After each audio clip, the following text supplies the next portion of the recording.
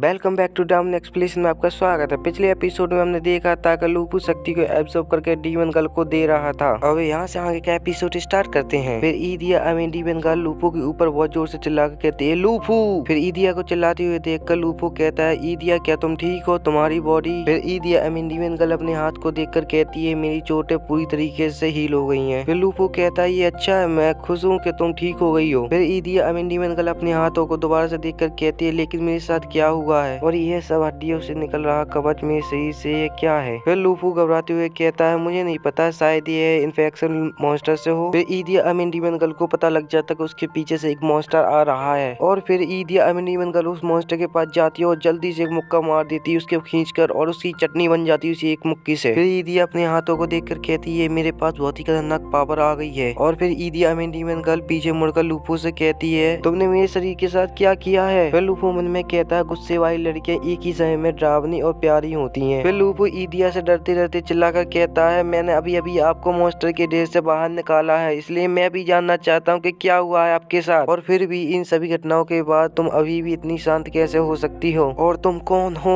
यह सुनकर ईदिया demon girl उसे पीछे मुड़कर देखने लगती है और फिर ईदिया डीमन गर्ल अपने हाथों को घूंसा बनाकर रेडी हो जाती है मारने के लिए। फिर ईदिया अपना पंच उस मॉन्स्टर की गर्दन पर मारकर नीचे झुका देती है लूफू को और कहती है जोर से नीचे लेट जाओ। और फिर ईदिया पीछे मुड़कर लूफू से कहती है मैं अजूरा गार्ड की 7 टीम ईदिया हूँ। फिर लूफू ईदिया से डीमन गर्ल से कहता है अजूरा क्या ये अजूरा ग्रुप टेक्नोलॉजी है। फिर ईदिया कहती है हाँ तुम सही हो और अजूरा टेक्नोलॉजी ग्रुप चाइना में सबसे बड़ी कंपनी है, यह संसार में से सबसे बड़ी तकनीकी की भी है और पिछले कुछ वर्षों में ऊर्जा की संकट को हल करने के लिए उन्होंने डेवलपिंग और समुद्र की गहराई में एक्सप्लोरिंग किया गया था। और 3 साल पहले अजूरा डीप सी रिसर्च बेस में एक दुर्घटना हुई थी और उनमें से केवल तुम ही बचे थे सिर्फ। और उसके कुछ ही समय बाद समूह ने मुझे आपके लिए बचपन के दोस्त के रूप में प्रस्तुत किया गया है। यह बात है जानकर लूफू की आंखें फटी रह जाती और वह बहुत ज्यादा हैरान हो जाता है। और फिर ईदिया ही कहती कि मैं ही इतनी सालों से आपकी फोटो खींच रही थी और अजूरा ग्रुप को रिपोर्ट कर रही थी आपके बारे में। फिर लूफू ईदिया से गुस्से में बोलता है क्या वह दुर्घटना नहीं थी जिसके कारण में 3 साल पहले